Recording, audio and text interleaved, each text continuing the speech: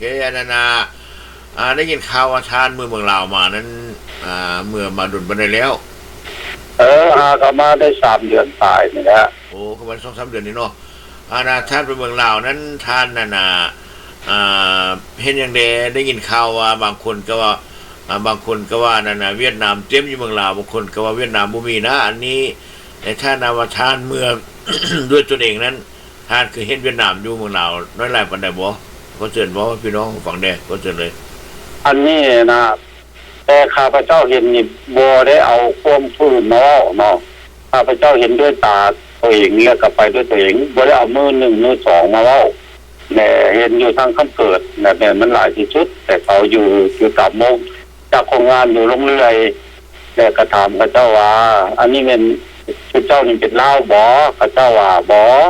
ข้าเจ้าว่าบ่แม่น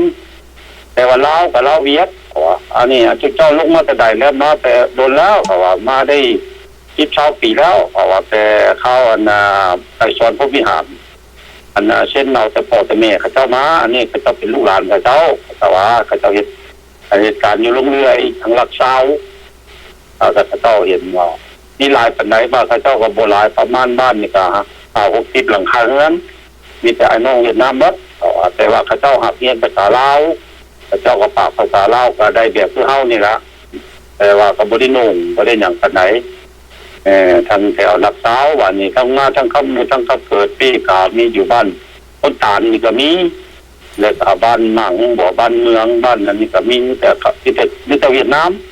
ที่เขาเจ้าขายอยู่แปลว่าอันนี้มันเป็นยังอันนี้โอ้มีแต่บ้านเวียดนามได้เนาะเขาเจ้าว่ามีแต่เวียดนามแล้วหลายเขาเจ้าว่าคนลาวก็มีคือกันเขาเจ้าว่าซั่นแต่เขาเจ้าถามเขาเจ้าอันนี้อยู่ทั้งแถวเปิดเขาเจ้าไปเที่ยวด้วยตัวเองเขาเจ้าข้าพเจ้าเองเนี่ยฉะนั้นแล้วลูกแถวทางนั้นเนี่ยถ้าก็เปิดว่าเขาว่าเวียดนามนั้นหลายว่าซั่นเนาะอยู่เมืองลาวนั่นซั่นเนาะ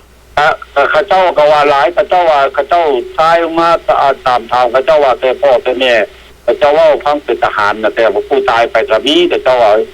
2 ล้านพุ่นแหละเพิ่นว่าใครสอนเช่นลงมาเพื่อไอ้เมืองลาวนี่เพราะว่าเพื่อคนคันเข้ามาที่เขาก็ว่าเพื่อคนลาวนี่โตนไปเอาเวียดนามนี่มาแทนเขาว่าพวกนี้แหละเขาบ่เมื่อพ่อแม่ของเขาเจ้าน่ะค่อยถามเขาเจ้าว่าผู้เจ้านี่เป็นเวียดนามพวกเจ้ารุ่นใหม่บ่ก็รุ่นใหม่ก็แม่นเขาเจ้าว่าแต่พ่อแต่แม่ค่อย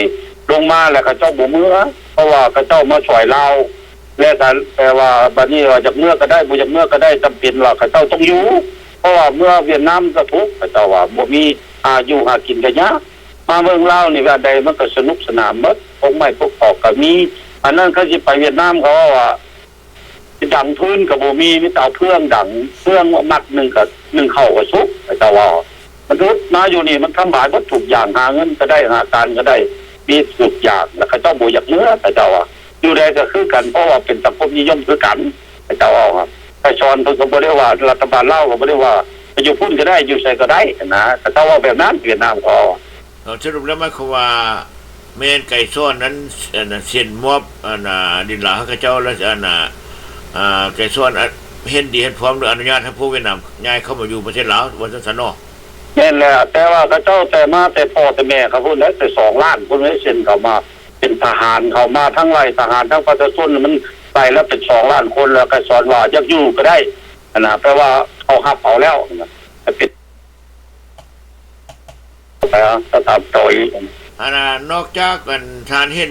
เวียดนามอยู่คำเกิดแนวบนอื่นๆเด้ทานเห็นบ่ได้บอกว่ามีเวียดนามหลายอยู่บ่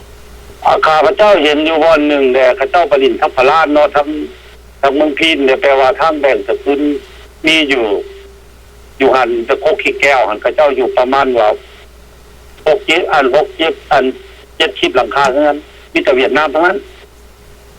ข้าเจ้าก็ปลูกบ้านปลูกซ่องหาอยู่หากินแบบธรรมดาแบบเฮาปลูกมักแตงมะบวบมาอยู่ข้าเจ้าก็มาส่งทางโรงเห็นแล้วก็ถามว่าพวกเจ้าสิไปไสอันนี้ข้าเจ้าว่าสิมาขายมักแตงมะโมอยู่นี้ข้าเจ้าว่าขายผักขายหญ้านี้บ้านนั้นนี่แต่ก่อนคือบ่มีเพราะว่าแต่สมัยก่อนไปเคยอยู่แถวนี้ก็ว่าบ่เดี๋ยวนี้มีแต่เวียดนามเพราะว่าคนลาวหันบ่มีอยู่แถวนี้มันเป็นดงป่านาป่าทึบต่อมาแล้วอยู่นึงหันแม่นอยู่ทางชีวันก่อนนึงหันกามีแต่เวียดนามมันก็ได้ แต่เขาเจ้าก็มีใช้แบบมีปืนมีผาคือกันกับคนลาวนี่นะแต่ว่ามีแต่คุ้มเขาเจ้าเบิดทั้งนั้นแล้วก็มีแต่เวียดนามก็เห็นนะแล้วก็ประมาณ100หลังคาเงินแต่ว่าคอยไปถามเขาเจ้าว่าลายบันไดแถวนี่มีมันก็มีหลายบอนอยู่เขาเจ้าว่าเรื่องเวียดนามมันมาหลายส่วนหลายไม่พวกนี้ทั้งนี้มาจากมิตรส่วนหลายเป็นทหารมิตรมาจากฮานอยมาจากไอ้นี่เบิดที่ตะพวกทหารที่เข้ามาลูกครัวลูกหลานแต่ว่าเสื้อสายของทหารมาลุกเล่าแต่สมัยที่และเขาเจ้าก็เอาแบบว่าติดต่อกันมาแบบว่าไปถามว่าติดต่อกันมานี่ทุกเจ้ามีพาสปอร์ตมาบ่แล้วเขาขี่รถมาโลดแล้วอยากมาเชื่อสายกันดึงกันมาโลดแล้วท่านใครจะไปเล่าจะญาติกันมาก็จะว่าของท่านเนี่ย